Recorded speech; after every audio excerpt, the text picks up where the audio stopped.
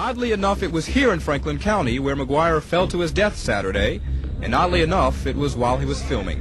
McGuire liked to film people... On April 2nd, 1988, a tragic accident took place in Lewisburg, North Carolina. While people die every day without much public attention, the events surrounding this young man's death were startling and eerie enough to make national news. Not every day does someone die in a skydiving accident, and far, far more rarely is it because they have forgotten to put on their parachute.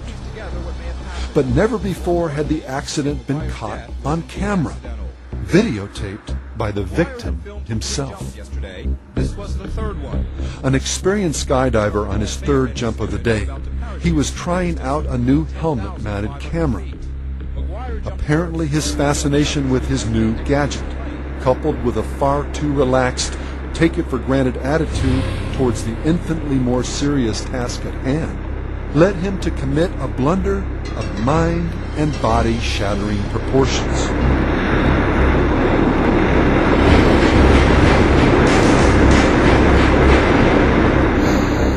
One can only wonder which thought horrified him more as he plummeted to the earth. I am about to die? Or how could I have been so stupid as to have forgotten my parachute?